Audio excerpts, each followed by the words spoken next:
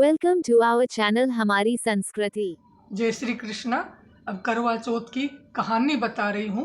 तो जिनके पास में किताब भी नहीं हो, कोई सुनाने वाला नहीं हो, तो यह कहानी ज़रूर सुन ले। इसी प्रकार किताबों में भी है और हम भी जैसे परंपरा से सुनते आए उसी प्रकार बता रही हूँ। एक साहूकार था, उसके मतलब बेटे थे और एक बेटी थी।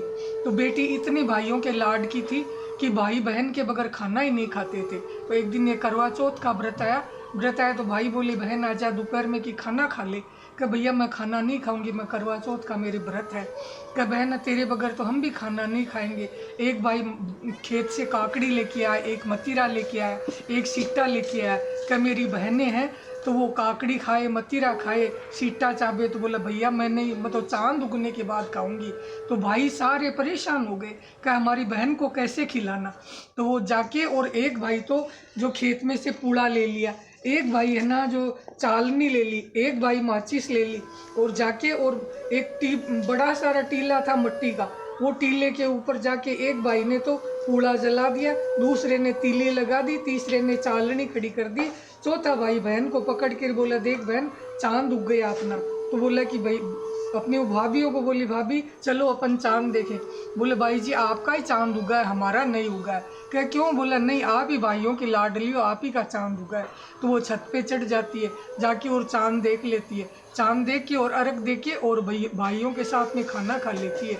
खाना खाने बैठती है तो पहले घास में उसके बाढ़ आता है, दूसरे में सिवाड़ आता है और तीसरे में धनी का तार आ जाता है कि तेरा धनी सीरियस है और जल्दी से मतलब ससुराल जाओ।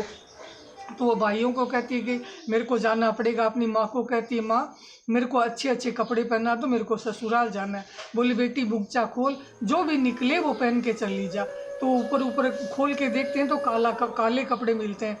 वो काले कपड़े पहन के और वहाँ ससुराल चली जाती है। पर जाते टाइम माँ उसको एक सोने का टक्का देती है कि बेटा ये सोने का टक्का ले जा, कोई भी पेड़ हो, कोई भी जानवर हो, कोई भी तेरे को मिले उसको तू पाँव छूती जाना और कोई बूढ़ सुहागन बोल देना उसी को ये सोने का टक्का दे देना। कह माँ ठीक है। वो जल्दी जल्दी ससुराल जाने लगी तो रास्ते में वो पेड़ के पौधे के सबके वो पाँव छूती गई।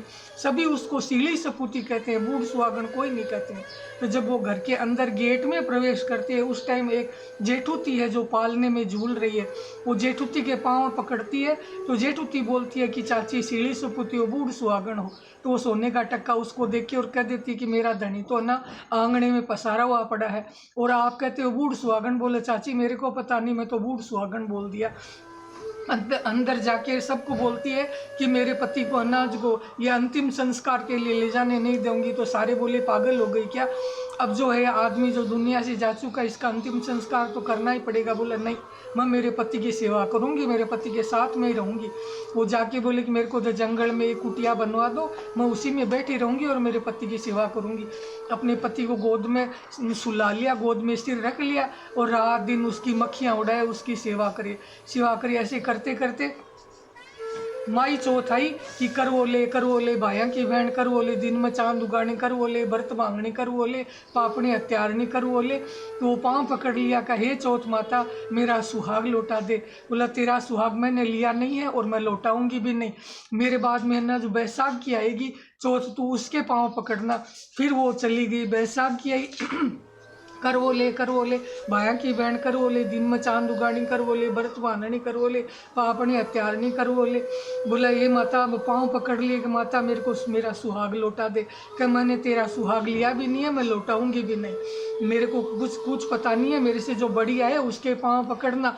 फिर अनाज को भादवा की चौथ आई, भादवा की आई फिर भी वो भी वैसे बोलती आई कि करवोले भाई की बहन करवोले, दिन में चांद उगानी करवोले, व्रत माननी करवोले।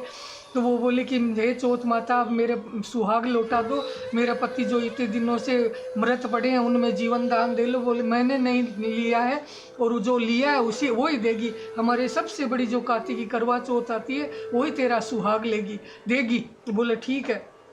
फिर एक कार्तिक की करवा चौथ आई कि करवोले भाई की बहन करवोले, दिन में चांद उगानी करवोले, व्रत बांधनी करवोले। बोले कि भाई कहते हे महाराज चौथ माता अब तो मेरा सुहाग लौटा दे। पाँव पकड़ के एकदम टाइट बैठ गई कि मेरा सुहाग लौटाएगी तभी मैं जाने दूंगी। तो बोली कि भाई आज के बाद में कभी भी व्रत नहीं बांधेगी। बोला नहीं, मैं आप जो कहोगे वैसे करूँगी। बोला निराहार रह के व्रत करना और व्रत नहीं बांधना। बोला ठीक है। तो है ना चिट्टी आंगली में से मेहंदी निकाली और सर में से कुंकू निकाला और कोया में से काजल निकाल के उसके चीटा लगाया। उसका आदमी है ना बैठा हो गया। तो रोज़ है ना जेठूती के मतलब बच्चे आते थे कि चाची को ना रोटी डाल के आए। तो वो बच्चे आए देखे तो चौथ माता जाती उसकी टपरी के लात की दे गई। तो वहाँ कंचन के महल खड़े हो गए। वहाँ घड़िया घड़े जड़िया जड़े पटवा पोए पनियारा पानी भरे मिश्राने रोटी बनाए। तो वो सबको देख के बच्चे हैरान हो गए। वो दोनों पाट के हिंडोला हिंड रहे, चौपड़ पासा खेल रहे। बच्चे आके देखते वहाँ न तो टपरी है न चाची है। देखिए कोई महारानी सी बैठी है किसी राजा के साथ में और वो तो झूल रही है। वो बच्चे भाग के जाके बोले कि माँ आज वहाँ तो पता नहीं क्या क्या हो गया, चलो जल्दी से। तो अपने दादी को अपनी माँ को सबको लेके आए। देखे तो वहाँ तो कंचन के महल खड़े हो गए, पाट का हिंडोला पे हिंड रही है। बोले हे पापनी हत्यारनी तो किसके साथ झूल रही है? क्या मैं किसी के साथ नहीं झूल रही, मेरा पति है, मेरा जो सुहाग लिया था चौथ माता ने वही है ना मेरे को वापस दिया है। हे महाराज चौथ माता।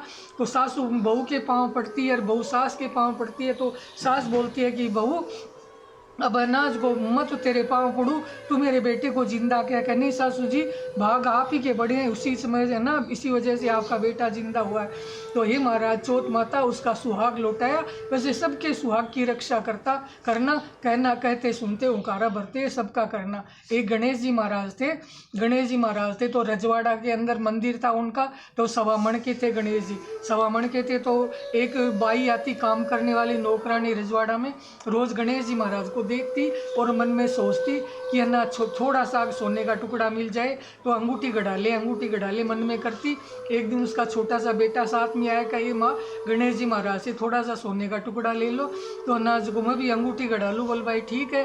दूसरे दिन खड़ी देखे कि मेरा बेटा तो बोल दिया कि सोने का टुकड़ा ले लो, अगर कान तोड़ लूँगी तो ना भगवान गणेश जी कनकटे हो जाएंगे, नाक तोड़ लूँगी तो नकटे हो जाएंगे, पाँव तोड़ लूँगी तो लंगड़े हो जाएंगे, हाथ तोड़ लूँगी लूले हो जाएंगे।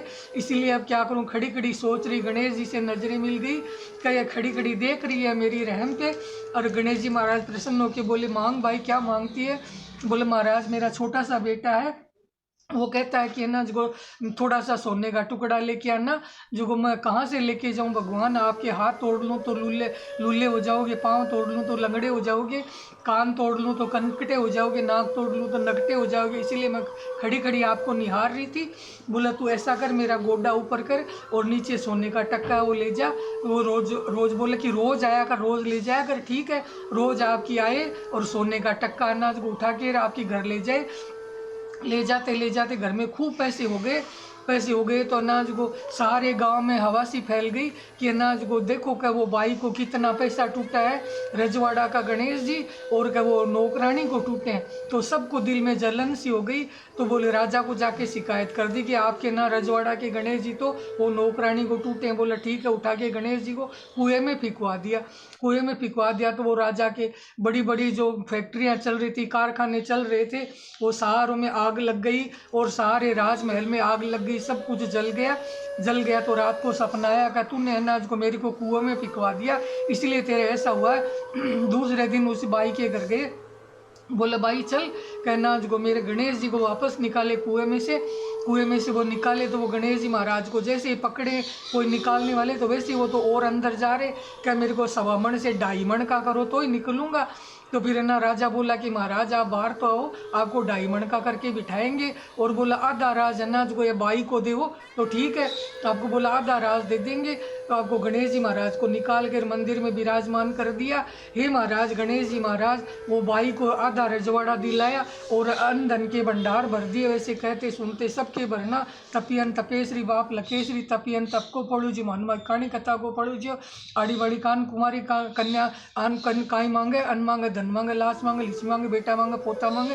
पोता के बहू का हाथ की राबड़ी, दो तक बहू का हाथ की खीर, मीठी लागे राबड़ी, काटी लागे खीर, पोता की हांडी में सबको सिर। जय Shri. Thanks for watching and subscribe for more.